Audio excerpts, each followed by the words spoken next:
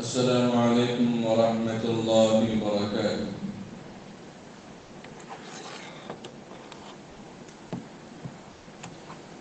الحمد لله نحمده ونستعينه ونستغفره ونؤمن به ونتوكل عليه ونعوذ بالله من شرور أنفسنا ومن سيئات أعمالنا. من يهده الله فلا مضل له ومن يضلله فلا هادي له، ونشهد أن لا إله إلا الله وحده لا شريك له، ونشهد أن سيدنا ونبينا ومولانا محمدا عبده ورسوله صلى الله تعالى عليه وعلى آله وأصحابه وبارك وسلم تسليما كثيرا كثيرا. أما بعد، فأعوذ بالله من الشيطان الرجيم. بسم الله الرحمن الرحيم. ألا إن أولياء الله لا خوف عليهم ولا هم يحزنون الذين آمنوا وكانوا يتقون لهم البشرى في الحياة الدنيا وفي الآخرة لا تبديل لكلمات الله ذلك هو الفوز العظيم. وقال الله تبارك وتعالى في القرآن المبين: الله ولي الذين آمنوا يخرجهم من الظلمات إلى النور والذين كفروا أولياءهم الطاغوت يخرجونهم من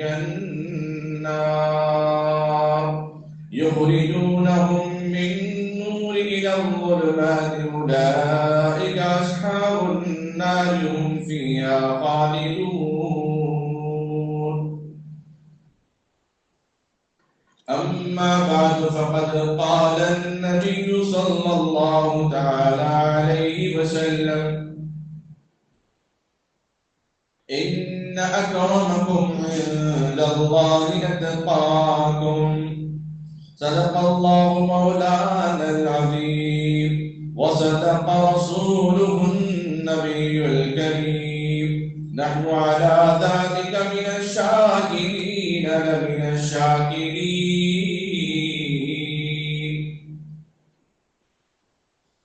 قابل قدر بزرگوں، عزیز نوجوان ساتھیوں، اللہ رب العزت کا بے انتہا فضل اور کرم، اس کا احسان عظیم ہوا۔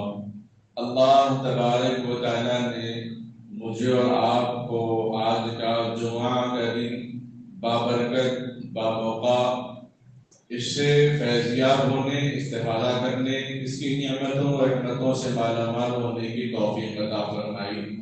یہ اللہ رب العزت کا بے انتہا فضل اور کرم، اس کے احسان عظیم۔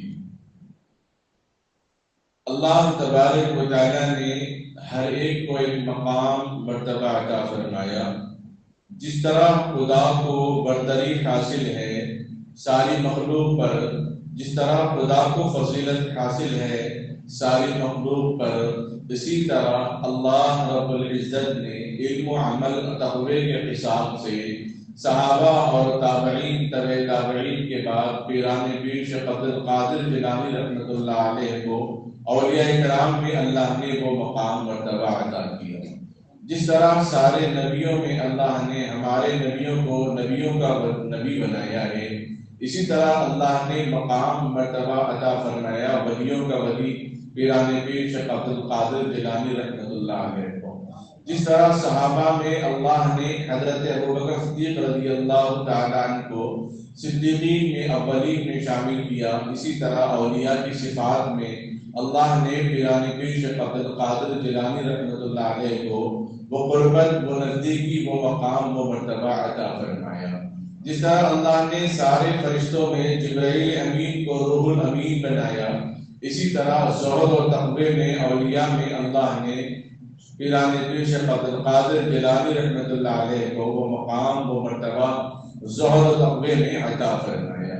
جس طرح اللہ تعالیٰ نے ساری کتابوں میں قرآن مجید کو مقام مرتبہ عطا فرمایا، اسی طرح اللہ نے شیخ عبد القادر جیلانی رحمۃ اللہ علیہ کے تعلیمات کو امت کے لیے ان کی تصانیف کی شکل میں، ان کی کتابوں کی شکل میں، ان کے تقریروں کی شکل میں، ان کے علم اور ان کے عمل کی شکل میں امت کے اندر اللہ تبارک و تعالیٰ نے تعلیم کو عام فرمایا۔ جس طرح اللہ تبارک و تعالیٰ نے ساری دنیا کی زمین میں خانہ کعبہ کو مقدس مقام مرتبہ عطا فرمایا، اسی طرح اللہ تعالیٰ ہمارے نبی کو بھی وہ مقام مقدس مرتبہ عطا فرمایا۔ اپنے دور میں پھر اللہ رب العزت نے پیران پیش شیخ عبد القادر جیلانی رحمۃ اللہ علیہ کو وہ مقام مرتبہ عطا فرمایا۔ مقام مرتبہ اللہ تعالیٰ نبیوں کو جو عطا کرتے ہیں وہ اللہ کی طرف سے خاص عنایت ہے، خاص عطا کرتا ہے، اور صحابہ کو جو عطا کرتے ہیں وہ بھی اللہ کی طرف سے خاص عنایت ہے۔ پھر صحابہ کون؟ زہد و تقوی میں سب سے زیادہ ہے، سب سے اعلیٰ ہے۔ اللہ رب العزت ان کے علم ان کے کمال کو امت کے سامنے لا کر رکھ دیتے ہیں، پھر امت فیصلہ کر دیتی ہے۔ اسی طرح اللہ تبارک و تعالیٰ نے اماموں میں امام اعظم ابو حنیفہ رحمۃ اللہ علیہ کو فقیہ بنایا۔ فقہی اعتبار سے، مسائل کے اعتبار سے، علم اور کمال اور تقوی کے اعتبار سے اللہ نے وہ درجہ وہ مقام آپ کو عطا فرمایا ہے۔ اللہ تبارک و تعالیٰ کی وہ ذات، اللہ کے وہ صفات، اللہ کی وہ خوبی، اللہ کے وہ کمالات، اللہ کے وہ انوارات جو اللہ تبارک و تعالیٰ نے قرآن کریم کے اندر ذکر فرمایا ہے۔ نبیوں کے بارے میں ہمارا عقیدہ یہ ہے، تاریخ اگر ڈھونڈے ثانی محمد کی، تاریخ اگر ڈھونڈے ثانی محمد کی، ارے ثانی تو دور کی بات ہے، سایہ بھی نہ ملے گا۔ ارے ثانی تو دور کی بات ہے، سایہ بھی نہ ملے گا۔ اگر نبی جیسا سایہ مل نہیں سکتا تو خدا کے سایہ کی تو دور کی بات ہے۔ خدا کا کوئی انسان کسی دوسرے میں تصور بھی نہیں کر سکتا، گمان بھی نہیں کر سکتا، خیال بھی نہیں کر سکتا۔ اللہ رب العزت نے اپنی ذات کے بارے میں قرآن کریم کے اندر فرمایا ہے،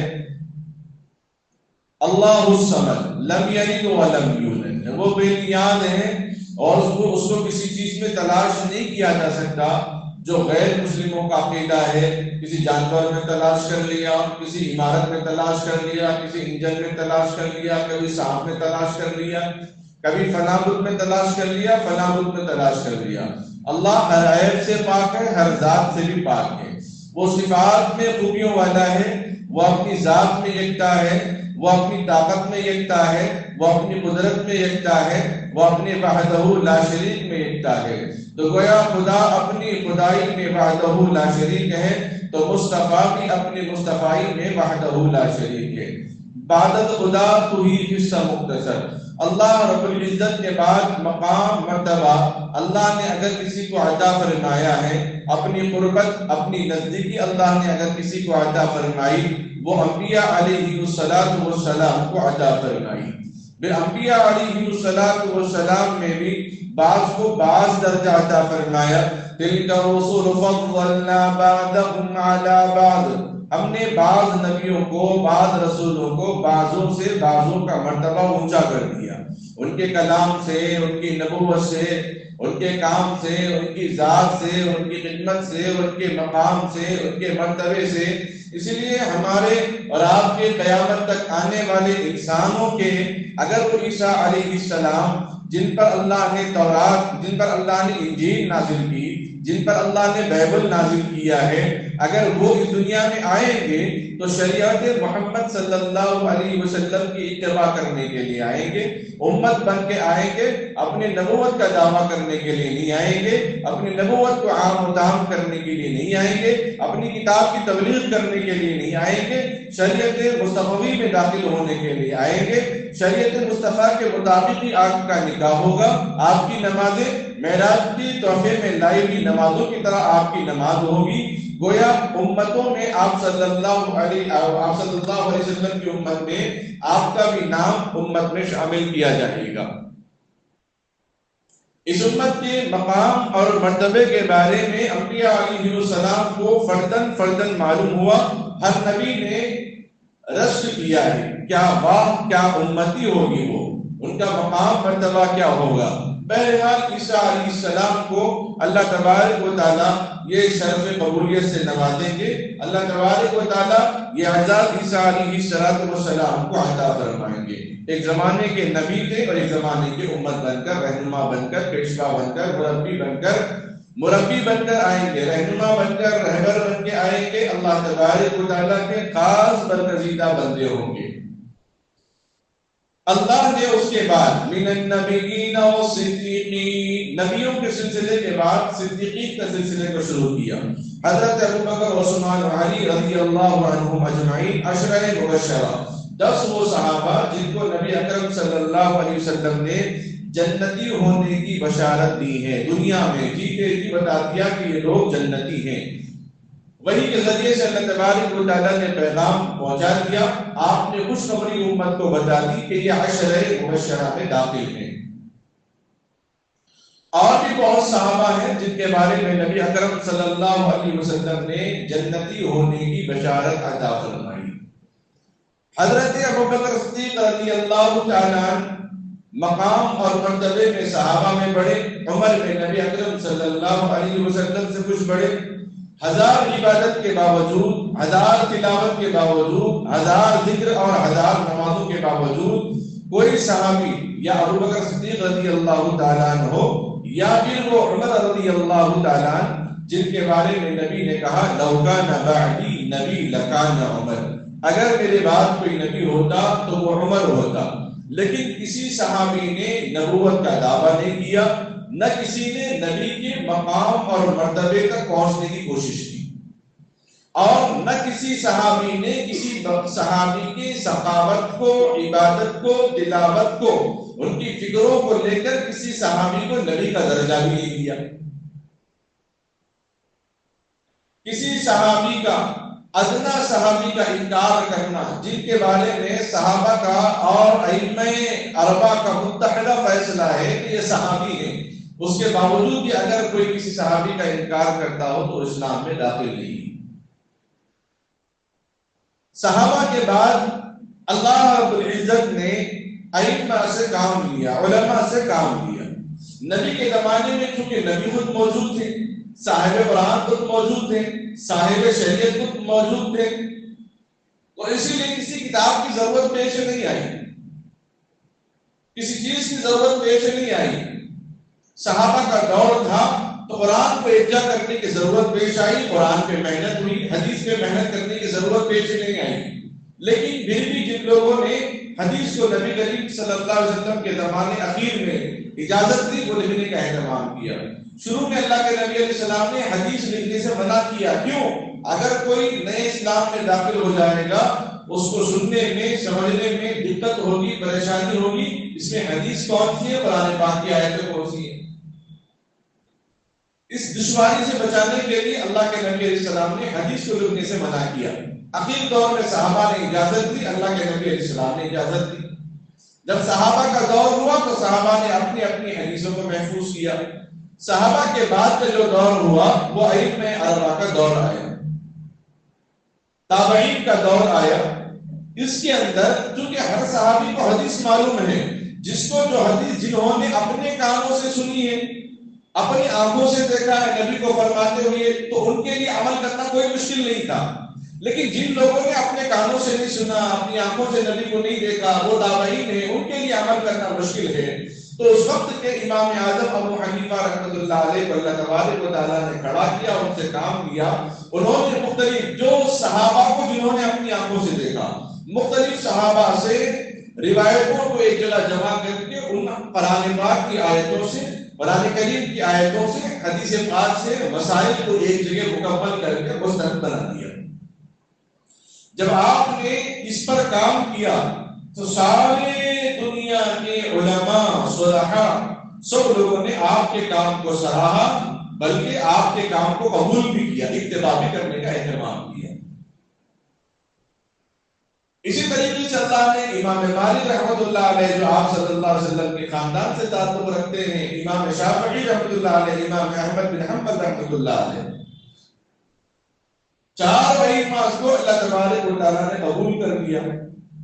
بعض مرتبہ عدد و شمار کے اعتبار سے، انتخاب کے اعتبار سے اللہ تبارک و تعالیٰ امت کو نظریے سے ہی بتانا چاہتے ہیں کہ دیکھو یہ اپنے چار مقبول ہیں۔ اللہ نے 360 صحیفے نازل کیے، اس میں 4 بڑی آسمانی کتابیں نازل کی، اور اس میں 4 بڑے پیغمبر گزرے، اس میں 4 بڑے فرشتے گزرے، اور اس میں 4 بڑے صحابہ گزرے۔ تو اللہ نے 4 کا انتخاب کیا جس کو ساری دنیا نے قبول کر لیا۔ اس لیے اللہ تبارک و تعالیٰ نے نبی اکرم صلی اللہ علیہ وسلم کے زبان مبارک سے کہلوایا، اصحابی کالنجوم فبأیہم اقتدیتم اہتدیتم، میرے صحابہ ستاروں کے مانند ہیں، جس کسی نے کسی صحابی کی اقتدا کی وہ جنت میں جائے گا۔ اب مسئلہ یہ ہے کہ من النبیین والصدیقین والشہداء، من النبیین یہ انبیاء کی جماعت جو جنت میں پہلے جائیں گی، والصدیقین جس نبی کے زمانے میں جو نبی گزرے ہیں ان نبی کے ساتھ مدد اور نصرت کرنے والے، ایمان لانے والے، ایمان پر خاتمہ جن کا ہوا، وہ لوگ نبیوں کے بعد جنت میں داخل ہونے پہ دوسرے نمبر پہ رہیں گے۔ اس کے بعد باری آئے گی شہداء کی، من النبیین والصدیقین والشہداء، جو لوگ اللہ کے نام پہ مارے گئے، جن کو اللہ کے نام پہ کاٹا گیا، جن کو اللہ کے نام پہ قتل کیا گیا، ان کو اللہ تبارک و تعالیٰ جنت میں تیسرے مقام پر رکھیں گے۔ اور چوتھے نمبر پہ اللہ تبارک و تعالیٰ نے فرمایا والصالحون من النبیین والصدیقین والشہداء والصالحین، شہداء اور صالحین کی جماعت قیامت تک چلتے رہے گی۔ اللہ کے نام پہ مرنے والے، اللہ کے نام پہ قربان ہونے والے، ان اللہ اشتری من المؤمنین انفسهم واموالهم بان لهم الجنہ یقاتلون فی سبیل اللہ فیقتلون ویقتلون، بے شک اللہ نے ہماری جان، ہمارے مال کو جنت کے بدلے خرید لیا ہے۔ یہ ہماری جان، یہ ہمارا مال جو اللہ کے راہ میں لگے گا، اس کے بدلے اللہ تعالیٰ بہتر نعم البدل جنت عطا کرنے والے ہیں، اس سے بہتر زندگی دینے والے ہیں، چین و سکون اور راحت و آرام کی زندگی اللہ رب العزت عطا کرنے والے ہیں۔ اللہ نے وعدہ فرمایا قرآن کریم کے اندر۔ تو شہداء کی جماعت قیامت کے سلسلہ شہداء کا چلتا رہے گا۔ پھر فرمایا والصالحین، یہ صالحین لوگ کون ہیں؟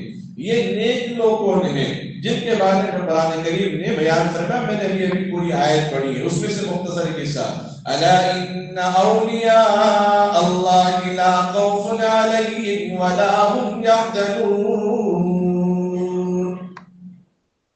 یہ ولیوں کا جو سلسلہ ہے، اولیاء کا جو سلسلہ، یہ آدم علیہ السلام سے، جو نبی تو نہیں ہے، جنہوں نے نبی کو بھی نہیں دیکھا لیکن اپنی زندگی پاک صاف گزاری، اپنی زندگی تقوی میں گزاری، اپنی زندگی طہارت میں گزاری، اپنی زندگی رب کو منوا کر گزاری، اپنی زندگی اپنے زمانے کی نبی کی اتباع میں گزاری ہے۔ اب یہ لوگ ہیں جو صالحین ہیں، یہ لوگ ہیں اولیاء ہیں۔ ولی کے معنی آتے ہیں اپنا قریبی تعلق رکھنے والا دوست، جس کو کہا گیا۔ اللہ رب العزت فرماتے ہیں جو میری اتباع کرتا ہے، میرے احکام پر چلتا ہے، مجھ سے لو لگائے رکھتا ہے۔ کوئی بھی انسان آج تک اس دنیا کے اندر کسی انسان پر ایک دوسرے کی جو قربانی دی ہے وہ 24 گھنٹے کی مکمل قربانی دے نہیں سکا۔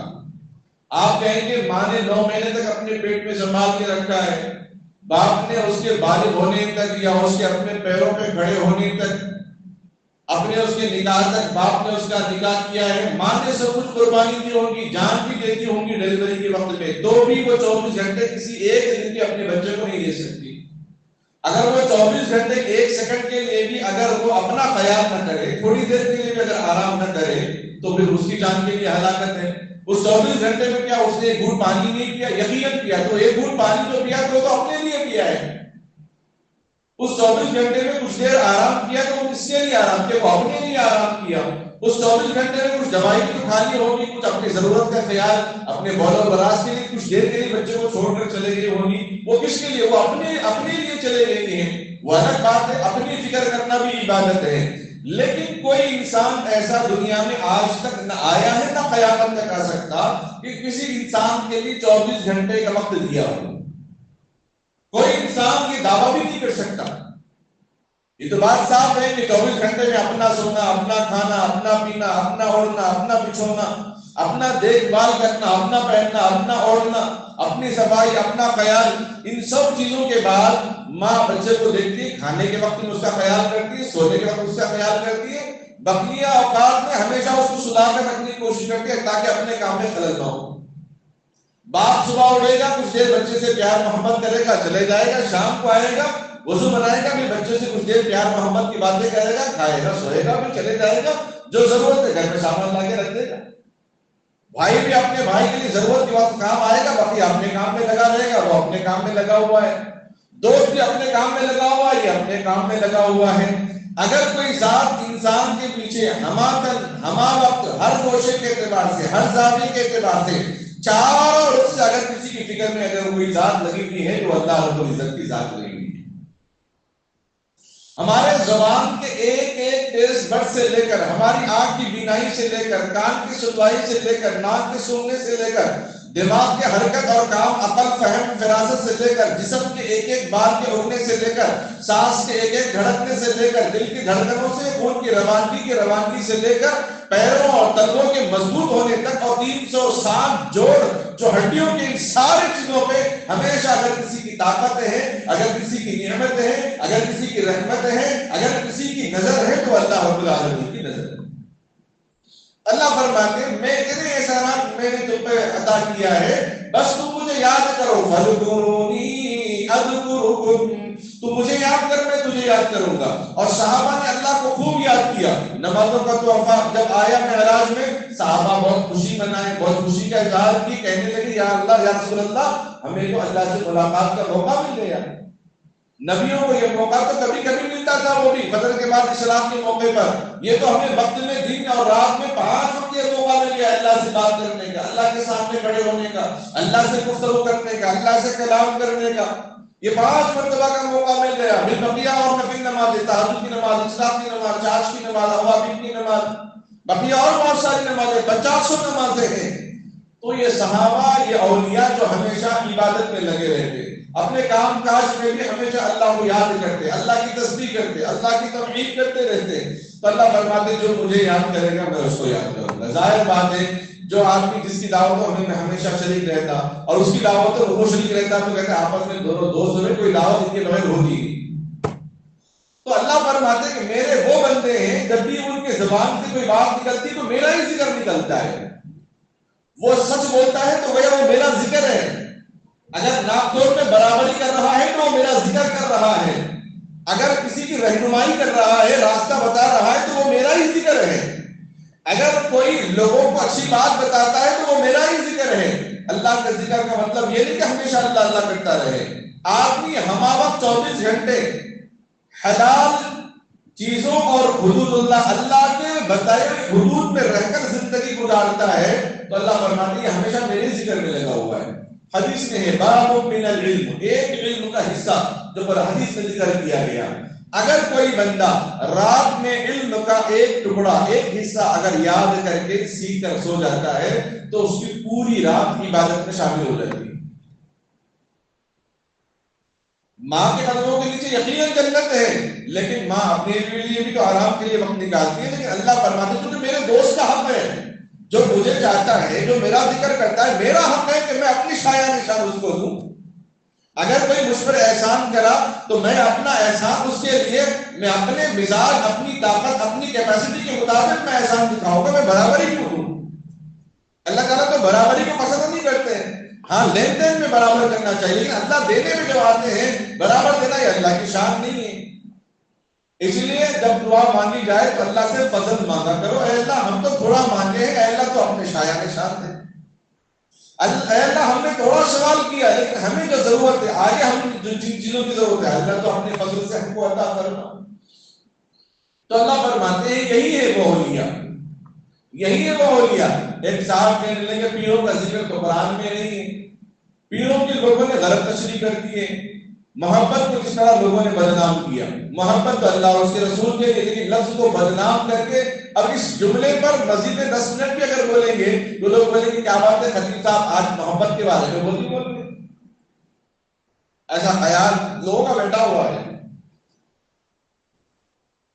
اللہ تبارک و تعالیٰ نے باضابطہ واضح انداز میں، اب تو لوگ کہتے ہیں کہ لفظ پیر کا ذکر قرآن میں نہیں ہے تو بھائی الف سے یہاں تک کہیں بھی پاک کا لفظ نہیں ہے، لیکن اس کا ترجمہ اللہ تبارک و تعالیٰ نے امت کو بتا دیا. اپنے اپنے علاقے کے اندر ولی کا ترجمہ تو پیر ہے. اللہ نے قرآن میں کہا الا ان اولیاء اللہ لا خوف علیہم ولا هم يحزنون.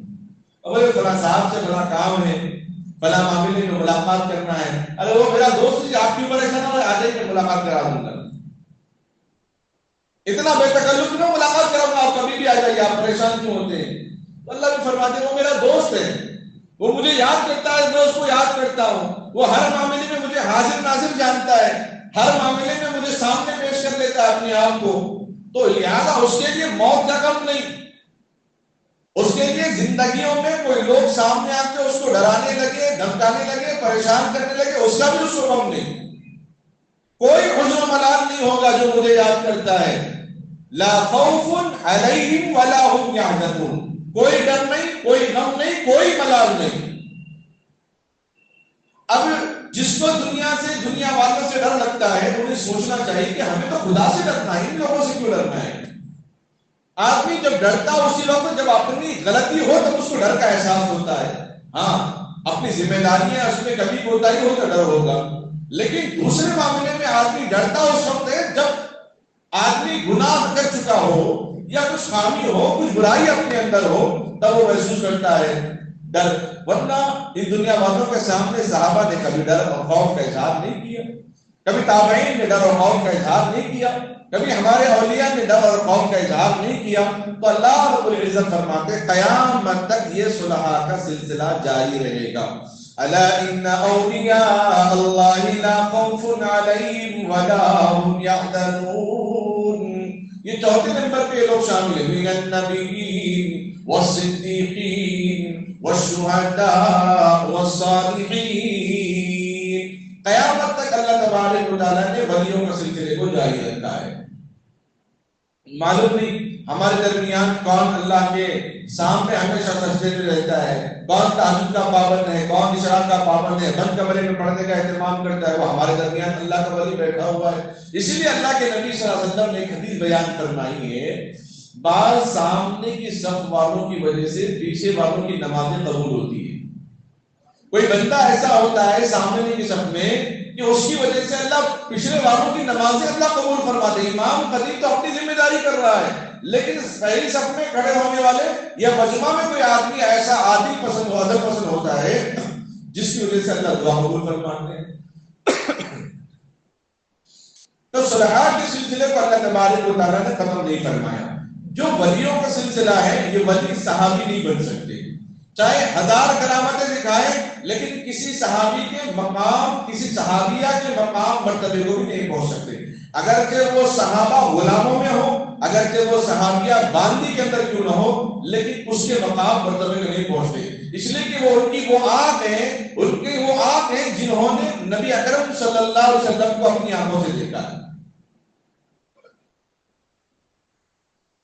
تو کوئی ولی قیامت تک بھی کسی ادنا صحابی کے مقام اور مرتبے کو ہرگز نہیں پہنچ سکتا.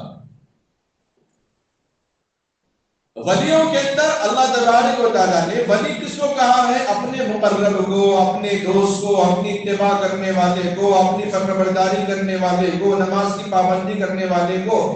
ہر اس دل کو تقوی والا کہا جس دل میں خدا کا ڈر ہو، جس دل میں خدا کی اہمیت ہو، جس کے کام میں خدا شامل ہو، جو ہر آن ہر لمحہ یہ گمان یہ خیال کرتا ہو کہ خدا دیکھ رہا ہے، خدا دیکھ رہا ہے، خدا دیکھ رہا ہے. بس وہ اللہ کا مقرب بندہ بن جاتا ہے، اللہ کا ولی بن جاتا ہے. اللہ تبارک و تعالیٰ نے نبیوں کے سلسلے کو تو بند کر دیا ہے، لیکن ولی اور ہمارے درمیان جو بزرگ ہیں، کبھی ہمارے دادا کی شکل میں، نانا کی شکل میں، کبھی ہمارے باپ کی شکل میں، نہیں میں ہمارے والد صاحب کا یہ اہتمام ہوا کرتا تھا اس لیے ہم بھی اہتمام کر رہے ہیں. ہم تین ایک قرآن پڑھنا سنت صحیح ہے، لیکن ہمارے گھر کے اندر یہ اہتمام ہوتا تھا. والد صاحب یہ قرآن الگ سے اپنے مروین کے لیے پڑھتے تھے، یہ قرآن اپنے گھروں خاندان والوں کے لیے برکت کے لیے پڑھتے تھے، قرآن اپنے لیے پڑھتے تھے. والد صاحب کا یہ عمل ہمیں پسند آیا اس لیے ہم نے بھی اس کو عمل کا اہتمام کر لیا.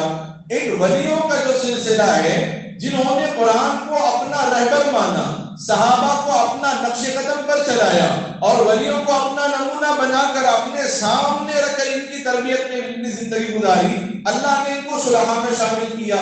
صلحاء کا لفظ اللہ نے قرآن میں کئی مرتبہ فرمایا، اِلَّا الَّذِينَ آمَنُوا وَعَمِلُوا الصَّالِحَاتِ، ایمان لائے اور اس کے ساتھ عمل بھی کیا تو وہ مومن بن گئے. اِلَّا الَّذِينَ آمَنُوا وَعَمِلُوا الصَّالِحَاتِ، عمل صالح کرنے کے بعد مومن بنتا ہے. مومن ہی ولایت کے درجے کو پہنچتا ہے، مومن ہی وہ مقام مرتبے کو پہنچتا ہے. تو ہمارے درمیان جو اہل علم گزرے ہیں وہ ہمارے لیے ایک نمونہ ہے. جس طرح ہندوستان کی آزادی کے لیے ہمارے آبا و اجداد نے جو قربانی دی ہے، اس ملک کے اندر جس قربانیوں کی ضرورت ہے، ابھی حکومت میں ایک سال بھی نہیں ہوا 22 فسادات ہو چکے ہیں. کل ظہیر آباد میں ہو چکا ہے، معلوم نہیں کہاں کیسے کیسے یہ واقعات وجود آتے رہیں گے. تو ہمارے آبا و اجداد نے ملک کی آزادی کے لیے قربانیاں دی ہیں، اس ملک کی حفاظت کے لیے ہمیں قربانیاں دینا ہے. اس ملک کی سالمیت کو برقرار رکھنے کے لیے اس ملک کے اندر جو جمہوریت کا نظام جو ہمارے آبا و اجداد نے بنایا ہے، اس نظام کو برقرار رکھنا ہماری ذمہ داری ہے. اس کے آگے اللہ کو جو ہوگا وہ منظور ہو جائے گا. جو ہونا اللہ کے یہاں طے ہے وہ طے ہے. انسان کو اسی پر بھروسہ کرنا ہے. ہمیں معلوم بھی نہیں ہے موت کب آئے گی، نہیں معلوم، لیکن یقین تو موت پہ ہے. کیا ہونے والا نہیں معلوم، لیکن ہمیں صداقت پہ ایمان رکھنا ہے، خدا کی سچائی پر، خدا کے قانون پر، خدا کے نظام پر، خدا کی تقدیر پر، خدا کے شر اور خیر کے بھیجنے پر. ان چیزوں پر اگر ہمارا ایمان رہے گا، غم میں اور پریشانی میں رہ کر بھی بندہ کہے گا میرا ایمان تو اتنا مضبوط ہے کہ ان تیر تلواروں اور ان کی دھمکیوں سے میں ایمان کا سودا کرنے والا نہیں ہوں. وہ اپنی ایمان کی پختگی بتائے گا جس طرح ابراہیم علیہ السلام نے نارے نمرود کے سامنے بتایا تھا، جس طرح موسیٰ علیہ السلام نے دریائے نیل میں بتایا تھا، ان کی ماں نے بتایا تھا، جس طرح یونس علیہ السلام نے مچھلی کی پیٹ میں جا کر بتایا تھا کہ ایمان یہاں پر بھی ایمان کی تازگی پیدا ہوتی ہے، اس میں بھی ایمان کا امتحان لیا جاتا ہے، اس میں بھی ایمان کی جاذبیت بڑھ جاتی ہے، اس میں بھی ایمان کا ذوق اور شوق بڑھ جاتا ہے. اللہ تبارک و تعالیٰ درجات بلند کرتے ہیں ان واقعات سے، ان حالات سے. اللہ تبارک و تعالیٰ ہمارے ایمان کے اندر تقویت پیدا کر دیتے ہیں. یہی ہمارے درمیان ایک نمونہ بنا کر اللہ تبارک و تعالیٰ نے حضرت حسن رضی اللہ تعالیٰ جن کا سلسلہ آقا سرکار دو عالم صلی اللہ علیہ وسلم کے صاحبزادی حضرت فاطمہ الزہرا رضی اللہ تعالیٰ عنہ، حضرت علی رضی اللہ تعالیٰ کے سلسلے سے اللہ تبارک و تعالیٰ نے حضرت شیخ عبد القادر جیلانی رحمۃ اللہ علیہ کو وجود میں لایا، دنیا کے اندر بھیج کر امت کو ایک اتحاد کا پیغام دیا، موحد کا پیغام دیا، توحید کے پیغام کو عام کروایا. شرک اور بدعات اور خرافات کو اللہ تبارک و تعالیٰ نے آپ کے ذریعے سے دور کروا دیا. آپ ایران کے علاقے کے اندر بغداد میں آپ پیدا ہوتے ہیں، ایران کے گیلان علاقے کے اندر ایران کے علاقے کے اندر آپ پیدا ہوتے ہیں، لیکن آپ کے باپ کا سایہ سر سے اڑ گیا. جب چلنے پھرنے اور گھومنے کے قابل ہو گئے ہیں تو آپ کے والدہ محترمہ نے قافلے کے ساتھ آپ کو بھیجا، 40 دینار بغل میں سلوا کر آپ کو کھانے پینے کا کچھ دوسرا دے کر، کچھ کپڑے دے کر آپ کو روانہ کر دیا. حضرت شیخ عبد القادر جیلانی رحمۃ اللہ علیہ راستے میں چل پڑتے ہیں، قافلے کے ساتھ نکلتے ہیں. اس زمانے میں لوگ انتظار کرتے تھے، اکیلے سفر کرنا خطرے کی گھنٹی ہوتی تھی، چوروں کا قافلہ ہوتا تھا، تو اسی لیے قافلے کے ساتھ سفر ہوا کرتا تھا.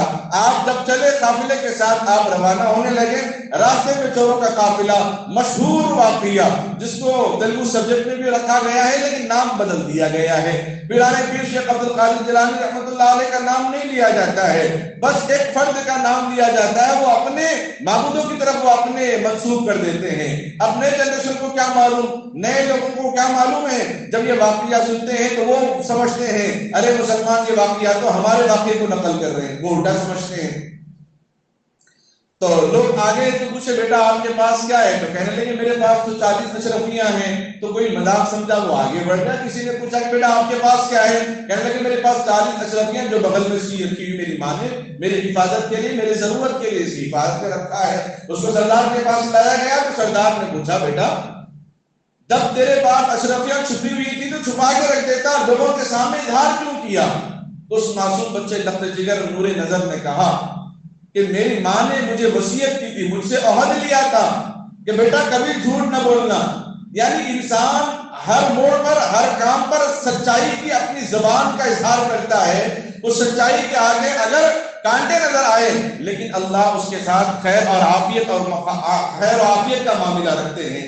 سچائی اگرچہ کڑوی نظر آ جائے, سچائی اگر مشکل نظر آ جائے,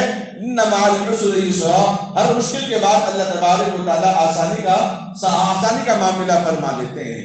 تو لخت جگر نور نظر صاحب جاوید نے کہا کہ میری ماں سے میں نہ وعدہ لیا تھا کہ ماں نے مجھ سے وعدہ لیا کہ بیٹا کبھی جھوٹ نہ بولنا.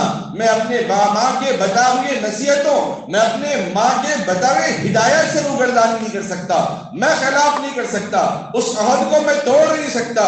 بس اس معصوم لخت جگر اس نورانی چہرے پر ایسا اثر اس کے الفاظ پر ہوا کہ بادشاہ طائب ہوا, کہنے لگا ایک بڑی آواز نکالی بیٹا تو اپنے ماں سے کیے ہوئے وعدے کو نہیں توڑتا ہے, ہم تو اللہ کے کیے ہوئے وعدوں کو توڑ رہے ہیں. بس وہی طائب ہوتا ہے. تو بقیہ جتنے لوگ تھے عدد 40 بتایا جاتا ہے, اس میں کم و بیش بھی ہے لیکن عدد کو مکمل کرنے کے لیے یا عدد کو یاد رکھنے کے لیے 40 بتایا گیا. وہ سارے کے سارے بھی کہنے لگے اپنے سردار سے ڈکیتی میں آپ ہمارے سردار ہیں تو نیکی میں بھی آپ ہی سبقت لے گئے, نیکی میں بھی آپ ہمارے سردار ہیں, آپ جو کہیں گے آپ اسی کی اتباع کریں گے. سارے لوگ طائب ہو گئے. وہ توبہ استغفار کر کے اپنے ایمان کی طرف, اپنی نمازوں کی طرف, اپنی سچائی کی طرف, اپنی ایمانیت کی طرف, اپنے عدل کی طرف, اپنے انصاف کی طرف وہ اپنے واپس لوٹ کر پارسا زندگی گزارنے کا اہتمام کرنے لگے. وہ بچے کا بچپنا جس کی سچائی سے اللہ نے سینکڑوں کے دلوں کو موہ لیا ہے, سینکڑوں کے لوگوں کو ہدایت اللہ تبارک و تعالیٰ نے عطا فرمائی ہے. اللہ تبارک و تعالیٰ نے پھر آگے ایسا منظر بھی لے آیا. ہمارے اکابر نہیں, ہمارے علماء نہیں, بلکہ انبیاء علیہ السلام کے ساتھ بھی ایسا معاملہ پیش ہوا ہے. اللہ کے نبی صلی اللہ علیہ وسلم کے ساتھ بہت ایسی زندگی, آپ چاہیں تو عہد کے پہاڑ پر سونا بنا دیں, کیا نہیں تھا اگر آپ اشارہ کر دیتے, کیا کچھ نہیں ہو سکتا تھا, سب کچھ ہو سکتا تھا. لیکن امت کو اعتدال کی, امت کو قناعت کی, امت کو صبر کی زندگی سکھانا آپ کو پسند تھا. ایک وقت کھانا, اللہ کا شکریہ ادا کرنا, دوسرے وقت بھوکا رہنا, صبر اختیار کرنا, امت کو آپ نے یہ تعلیم دی. پیران پیر شیخ عبد القادر جیلانی رحمۃ اللہ علیہ کے پاس جو 40 اشرفیاں تھی, رفتے رفتے پڑھتے پڑھتے وہ چیزیں ختم ہو گئی ہیں. آپ کے پاس فاقہ گزرا. عرب کے علاقے کے اندر ایک کانٹوں دار درخت جس کی سبزیاں بہت غربت میں کچی کھائی جاتی تھی. حضرت وہاں گئے, دیکھا کہ وہ بھی لوگ لے کر چلے گئے, کچھ بچے کچے پتے تھے وہ کھا کر آپ نے زندگی گزاری. 3 دن ہو گئے اور 4تھے دن آپ مسجد میں ایک جگہ آ کر خاموش بیٹھ گئے, اپنی تلاوت میں, اپنی کتاب میں مصروف تھے. ایک مسافر آدمی آتا ہے, اپنا توشہ کھولتا ہے اور توشہ کھول کر روٹی اور گوشت کھانا شروع کرتا ہے. حضرت اس کو دیکھتے ہیں, اپنی کم جوانی ہے, طالب علم کا زمانہ ہے, ابھی اسٹوڈنٹ لائف ہے آپ کی, وہ اس کی طرف دیکھتے ہیں, پھر اپنے کام میں لگ جاتے ہیں. تو وہ آدمی کہتا ہے کہ آؤ بسم اللہ کرو میرے ساتھ آپ بھی. تو حضرت کہنے لگے نہیں آپ کھا لیجیے, بارک اللہ, آپ کھا لیجیے, آپ کا تذکرہ آپ کھا لیجیے. اس نے دوسری مرتبہ تیسری مرتبہ جب بلایا تو وہ طالب علم وہاں پہنچا. جب قریب پہنچا تو کہا کہ یہ روٹی آپ کھا لیجیے, گوشت آپ کھا لیجیے, اس میں آپ کا حصہ ہے. وہ بسم اللہ کرتے ہوئے اس نے کہنے لگا کہ گیلان کا ایک نوجوان لڑکا ہے جس کی تلاش میں نکلا ہوں. گیلان کا ایک نوجوان لڑکا ہے جس کی تلاش میں نکلا ہوں. اگر آپ کو معلوم ہے تو آپ مجھے بتا دیں, آپ کو معلوم ہے تو آپ مجھے بتا دیں. کہا کہ علامتیں پوچھی, علاقہ پوچھا, تو وہ کوئی اور نہیں, وہی تو لڑکا ہے. وہ کہنے لگے جس کے لیے آپ تلاش کر رہے وہ تو میں ہی ہوں. تو اس نے فوراً اپنا ہاتھ روک لیا, روٹی کھانے سے, گوشت کھانے سے اپنا ہاتھ روک لیا اور ان سے معافی مانگنے لگا. نوجوان لڑکے سے کہنے لگا کہ آپ کی ماں نے مجھے چند رقم اور توشہ دے کر بھیجا تھا، لیکن آپ کی تلاش میں 1 دن ہو گئے، 2 دن ہو گئے، توشہ خراب ہونے کو تھا، میں نے کھا لیا، مجھے کچھ رقم دیے تھے آپ کو تلاش کرنے میں جو سفر میں لگ جائیں، تو وہ بھی میرے پاس ختم ہو گئے، اب 3 دن ہو گئے، اب مجھے بھوک لگی، اب 3 دن کے بعد آدمی کو اگر بھوک اتنی لگے کہ وہ مرنے کے قریب رہے تو وہ حرام بھی 3 لقمے کھا کر اپنی جان بچانا اس کے لیے جائز ہے، تو میں نے آپ ہی کی رقم میں سے روٹی خریدا اور آپ ہی کی رقم میں سے گوشت بازار سے خرید لیا بھنا ہوا، اور یہ لے کر میں کھا رہا تھا، یہ تو آپ کا دوشہ ہے، اب مجھے آپ سے اجازت لے کر کھانا ہے، جو بغیر پوچھے میں نے آپ کے پیسے خرچ کیے تھے، آپ مجھے درگزر کر دیں، مجھے معاف کر دیں۔ حضرت پیرانی پیر شیخ عبد القادر جیلانی رحمۃ اللہ علیہ مسکراتے ہیں، کہتے ہیں کہ نہیں، یہ دوشہ اللہ کا عنایت کرتا ہے، یہ میرا اور آپ کا نہیں ہے، یہ اللہ کا دیا ہوا ہے، اور ہم دونوں اس میں برابر شریک ہیں، ہم دونوں اس میں برابر شریک ہے۔ توشہ کھانے کے بعد جو والدہ نے آپ کو امانتاً کچھ رقم بھیجی تھی، اس میں سے کچھ پیسے ان کو آپ نے لوٹا دیے، ان کے اخراجات کے لیے، ان کے لیے ہدیۃً آپ نے ان کو عطا فرمایا۔ یہ بھی پیرانی پیر شیخ عبد القادر جیلانی رحمۃ اللہ علیہ کی یہ وہ حالات ہیں جن سے امت کی کیفیت بدل گئی، امت کے نوجوانوں کا طبقہ گناہوں سے تائب ہوا ہے، اور ان کے والد محترم کا جو واقعہ ہے، کیونکہ وقت کی تنگ دامنی ہے، میں اتنی بات میں اور مزید آپ حضرات کے سامنے عرض نہیں کر سکتا۔ پیرانی پیر شیخ عبد القادر جیلانی رحمۃ اللہ علیہ دیکھ میں توجہ کے صبح و شام سیاحت کا آپ کا معمول تھا، کھلے میدان میں جانا، ذکر و اذکار کرنا، خدا کی نشانیوں کو دیکھنا۔ یقیناً آدمی کا کام، ذہن جو ہے صحیح کام کرتا ہے جب صبح فجر کی نماز کے بعد مسجد میں صحن میں بیٹھ کر یا پھر کسی باغ میں، کسی پہاڑ کے دامن میں یا آسمان کی طرف نظر اٹھا کر وہ ذکر و اذکار کرتا ہے تو اللہ تعالیٰ اس کی میموری کو بڑھا دیتے ہیں، اب وہ اللہ کی حمد و ثنا میں بھی آگے بڑھتا ہے، اپنے علم میں بھی آگے بڑھتا ہے، تقوی میں بھی آگے بڑھتا ہے، نیکیوں میں بھی آگے بڑھتا ہے، اور گناہ خود بخود اس کے کم ہو جاتے ہیں۔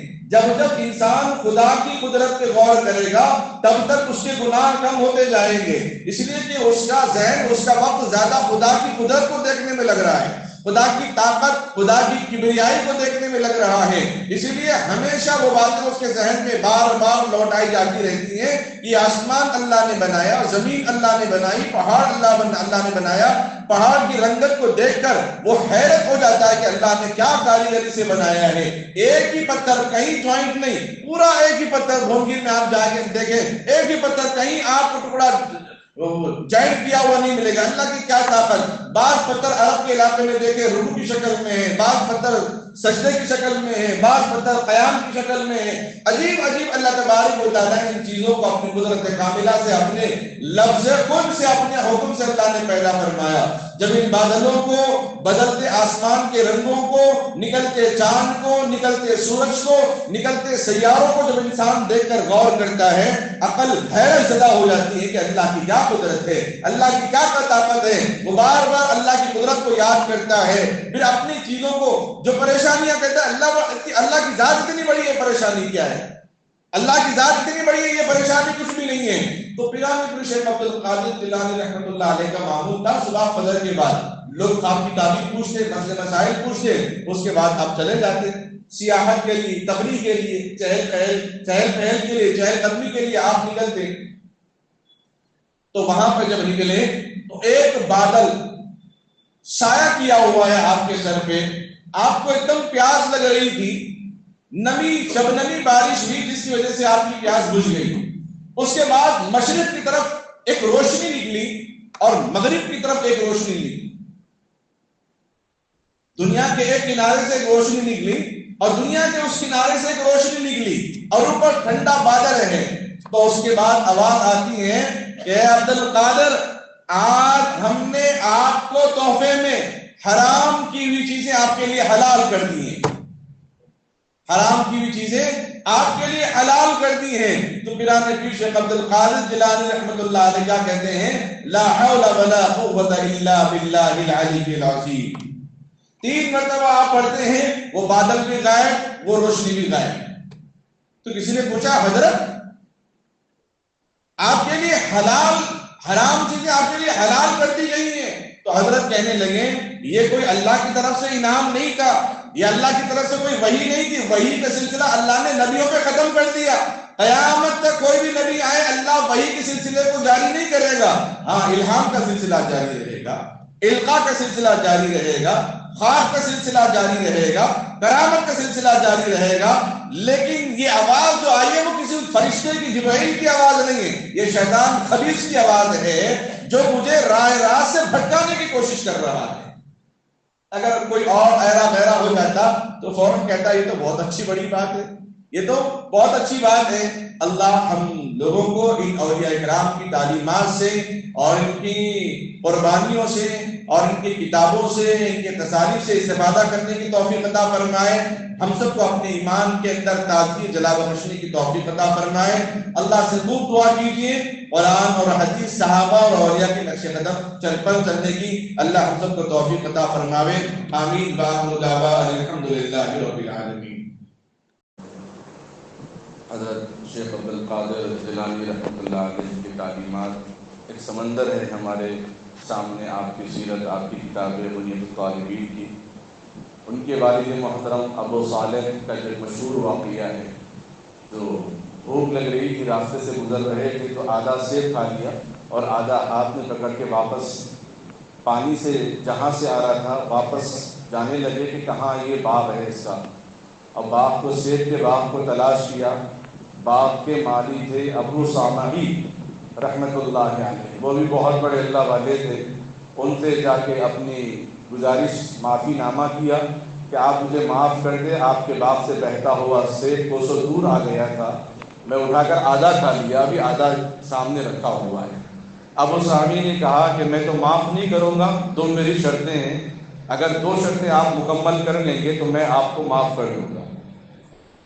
تو ابو صالح رحمۃ اللہ علیہ نے کہا کہ ٹھیک ہے، دو شرطیں مجھے منظور ہیں، آپ بتائیے۔ پہلی شرط یہ ہے کہ جب تک میں نہ چاہوں تب تک آپ باغ کے مالی بنیں، کام کرتے رہیں، باغ کے اندر درختوں کو پانی دیتے رہیں، اس کی حفاظت کرتے رہیں۔ حضرت ابو صالح رحمۃ اللہ علیہ نے کہا کہ دنیا کی زندگی تو مختصر ہے، یہ زندگی انہوں نے 10 سال کی رکھی ہے، تو 10 سال کوئی بڑی بات نہیں ہے، خدمت کے لیے تیار ہو گئے۔ جب 10 سال مکمل ہو گئے تو ابو صالح نے کہا کہ 10 سال تو اب مکمل ہو گئے، تو ابو سامعی نے کہا کہ اچھا ذرا ایک سیب تو لے کر آؤ، دیکھیں گے اس کی پیٹ کیسی ہے۔ تو ابو صالح ایک سیب لے کر آتے ہیں، تو ابو سامعی جب اس سیب کو کھاتے ہیں تو کہتے ہیں تم 10 سال سے باغ کی خدمت کر رہے ہو اور تمہیں یہ بھی تجربہ نہیں کہ سیب میٹھا کون سا ہوتا ہے، پھیکا کون سا ہوتا ہے۔ تو ابو صالح کا جو جواب تھا، آج کل کے نوجوان تجارت کرنے والے، کاروبار کرنے والوں کے لیے بڑی امانت ہے، قیامت تک آنے والے انسانوں کے لیے نصیحت ہے۔ تو ابو صالح فرماتے ہیں میں نے باغ کی مالی خدمت کی ذمہ داری لی، سیب کھانے کا میں نے آپ سے وعدہ نہیں لیا تھا۔ ان 10 سالوں میں میں نے ایک سیب کو بھی کھا کر نہیں دیکھا، اس لیے مجھے تجربہ نہیں ہوا کہ اس میں میٹھا کون سا ہے، اس میں پھیکا کون سا ہے۔ تو اس کے بعد انہوں نے دوسری شرط جو رکھی، ایک لڑکی ہے، لنگڑی ہے، لولی ہے، بہری ہے، اندھی ہے، عقل سے کوہڑ ہے، اس سے نکاح کرنا ہے۔ تھوڑی دیر مراقبہ کیا، چلو کوئی نہیں، بات قبول کر لوں گا، اگر دنیا میں معافی نہیں ملی تو آخرت کا مسئلہ بڑا نازک ہے۔ انہوں نے اس درخواست کو بھی قبول کر لیا، اس شرط کو بھی قبول کر لیا۔ نکاح ہوا تو کمرے میں چلے گئے تو دیکھا حسین و جمیل خوبصورت لڑکی ہے، آنکھ سلامت، زبان سلامت، جسم کے ہر اعضاء صحیح سلامت ہے، تو فوراً دل میں خیال آ کہ غلط کمرے میں تو داخل نہیں ہوا۔ باہر آ کر ابو سامعی سے کہنے لگے آپ نے مجھے غلط جگہ پر بھیجا ہے۔ ابو سامعی مسکرانے لگے، نہیں آپ کو میں نے بالکل صحیح جگہ پر بھیجا ہے۔ تو ابو صالح کہنے لگے آپ نے جو علامتیں بتائی ہیں وہ تو بالکل برعکس سے الٹا ہے۔ کہنے لگے ہاں وہ اس لیے ہے کہ آج تک کسی نے کسی نامحرم کو نہیں دیکھا، کسی غیر محرم کو چھوا نہیں ہے، نہ اپنے زبان پر نازیبا الفاظ اس نے استعمال نہیں کیے، خدا کے خلاف کرتا ایک قدم بھی اس نے آج تک آگے نہیں بڑھایا ہے۔ اس وجہ سے وہ ہر گناہ سے پاک ہے، جس کو میں نے لنگڑا کہا، لولا کہا، نابینا کہا، یعنی گناہوں سے وہ پاک صاف ہے۔ یہ آپ کی بیوی ہے، یہ باپ کے بھی آپ ہی ذمہ دار ہے، آپ ہی مالک ہیں۔ پھر ان سے جو اولاد پیدا ہوئی جن کا نام ہے نام اسم گرامی، جو ہم اور آپ لیتے ہیں، پیرانے کے شیخ عبدالقادر جیلانی رحمۃ اللہ علیہ، یعنی جب ماں باپ نیکی میں زندگی گزارتے ہیں تو اولاد ایسے اللہ تعالیٰ عطا فرماتے ہیں۔ سلطان صلاح الدین ایوبی پیدا ہوتے ہیں یا ٹیپو سلطان شہید پیدا ہوتے ہیں. اسی لیے ہمیں اپنی زندگی سنورنے کی ضرورت ہے. اس سے انشاءاللہ آگے آنے والی نسل کو اللہ تبارک و تعالیٰ ایسے ہی نیک و صالح اور مجاہدین کو اللہ تعالیٰ پیدا فرمائیں گے. اللہ سے دعا ہے اللہ تعالیٰ ہم سب کو کہنے سننے سے زیادہ عمل کرنے کی سعادت نصیب فرمائے. درود شریف پڑھو.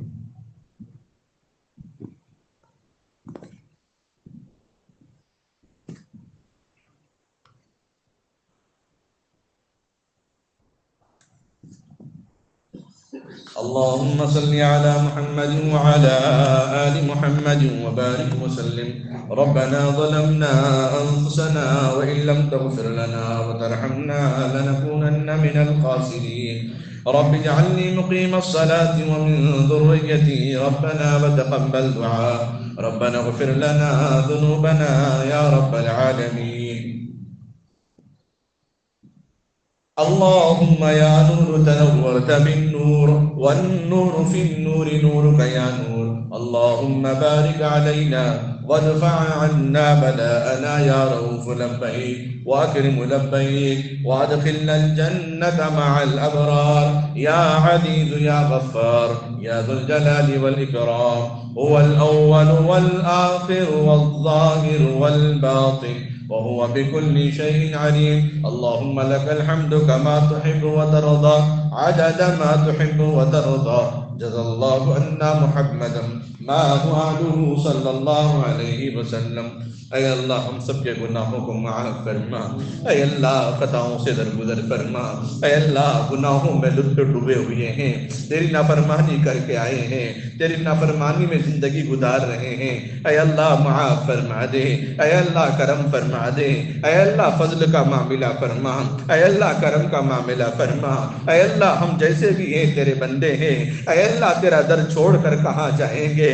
اے اللہ تیرا در چھوڑ کر کہاں مانگیں گے. اے اللہ تیرے در کے علاوہ کوئی در نہیں ہے. اے اللہ تو ہی سننے والا, دینے والا, عطا کرنے والا ہے. تو ہی زندگی دینے والا, موت دینے والا ہے. اے اللہ ہم سب کو نبی پاک علیہ السلام کے سنت کے مطابق زندگی گزارنے والا بنا. اے اللہ ہم سب کو صحابہ کے نقش قدم پر چلنے والا بنا. اے اللہ ہم سب کو شہادت کا شوق عطا فرما. اے اللہ ہم سب کو صالحین میں شامل فرما. اے اللہ ہم سب کے زبانوں پر ہمیشہ ہر آن تیرا نام رہے. سرکار دو جہاں کے درود پڑھتے رہے. اے اللہ اولیاء کے نقش قدم پر چلتے رہے. یہی کام ہم کو عطا فرما. اے اللہ گناہوں سے دور دور تک ہم کو بچا دے. اے اللہ ہمارے اندر اخلاق حسنہ پیدا فرما. اخلاق سیئات سے ہم سب کی حفاظت فرما. اے اللہ ہم مسلمانوں کو ایک اور نیک بنا, متحد بنا, متفق بنا. اے اللہ تمام عذاب و خرافات, برائیوں, اختلافات سے بچا دے. لڑائی جھگڑوں, فتنے, فسادات سے حفاظت فرما. اے اللہ جینور کے مسلمانوں کی حفاظت فرما. اے اللہ ظہیر آباد کے مسلمانوں کی حفاظت فرما. اے اللہ جن کا مالی نقصان ہو چکا ہے انہیں جمع بندی فرما. اے اللہ جن کے کاروبار بالکل تباہ ہو چکے ہیں اثر نہ ان کو کاروبار کرنے کی توفیق عطا فرما.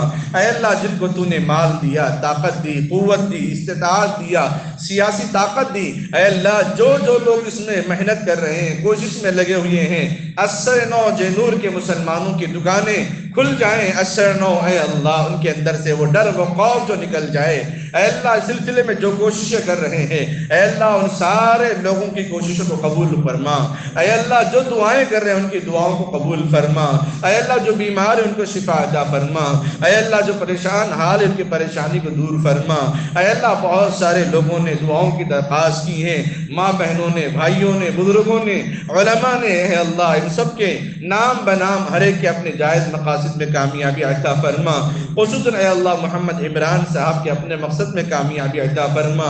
اے اللہ جو کاروبار کر رہے ہیں ان کے کاروبار میں برکت عطا فرما, رحمت عطا فرما. دکانوں مکانوں میں خیر و برکت عطا فرما. اے اللہ بیماروں کو شفا عطا فرما. جتنے لوگ مسجد میں بیٹھے ہیں ہر ایک کے دل میں کوئی نہ کوئی تمنا آرزو ہے یا کوئی نہ کوئی بیمار ہے. اے اللہ ان سب کی جائز خواہشات کو مکمل فرما. ان سب بیماروں کو شفا کاملہ عاجلہ مستمرہ دائمہ صادقہ نصیب فرما. محمد توصیف علی صاحب کو بھی صحت و عافیت تندرستی عطا فرما. دینی مساجد, مدارس, مکاتب, خانقاہوں کی حفاظت فرما. خصوصاً بہرائچ کے مسلمانوں کی بھی حفاظت فرما. دینی مساجد, مدارس, مکاتب, خانقاہوں کی حفاظت فرما. اے اللہ جو بے قصور قید کیے گئے ہیں جلد سے جلد ان کی رہائی کی شکلیں عطا فرما۔ اے اللہ ہم ہمیشہ اپنے دوسرے ممالک، اے اللہ دوسرے ممالک کے مسلمانوں کی صورتحال کو رکھ کر دعائیں مانگتے تھے، آج ہماری ریاست کے اندر ایسی واقعات رونما ہو رہے ہیں۔ اے اللہ تیرے سوا کوئی مددگار نہیں ہے، اے اللہ مدد فرما، نصرت فرما، مسلمانوں کو ایک اور نیک بنا، متحد بنا۔ اے اللہ ہم سب کو ایمان پر خاتمہ فرما، تمام عذاب و رسوائیوں سے حفاظت فرما۔ اے اللہ جو نکاح کے انتظار میں ان کے نکاح کو آسان فرما، جو قرض میں ڈوبے ہیں غیر سے ان کے قرض کے بوجھ کو آسان فرما، جو بیرون ممالک میں جو ہمارے اے اللہ مسلمان پریشان حال ہیں کسی نہ کسی معاملے پر، اے اللہ ان کی پریشانی کو دور فرما۔ اے اللہ جن جن لوگوں نے دعاؤں کے لیے کہا ہو یا لکھا ہو یا ان کا ہم پر حق ہو، ان سب کو اپنے جائز مقاصد میں کامیابی عطا فرما۔ خصوصاً اے اللہ پیران پیر شیخ عبد القادر جیلانی رحمۃ اللہ علیہ کے والد محترم ابو صالح جیسی امانت اور دیانت عطا فرما۔ اے اللہ ایسی صالح زندگی عطا فرما۔ اے اللہ عبداللہ سمعی جیسے تقوی پرست انسان جیسی زندگی گزارنے کی توفیق عطا فرما۔ اے اللہ عبد القادر جیلانی رحمۃ اللہ علیہ کے ہدایات پر، ان کے تعلیمات پر عمل کرنے کی توفیق عطا فرما۔ اے اللہ جو مانگا اسے بھی عطا فرما، جو مانگنے سے رہ گیا اسے بھی قبول فرما۔ اس چھوٹی موٹی دعا کو اپنے فضل و کرم سے نبی رحمت صلی اللہ علیہ وسلم کے صدقے طفیل قبول و منظور فرما۔ وصلی اللہ تعالی علی خیر خلقہ محمد وعلی آلہ واصحابہ وازواجہ واہل بیتہ وذریاتہ اجمعین برحمتک یا ارحم الراحمین والحمد للہ رب العالمین۔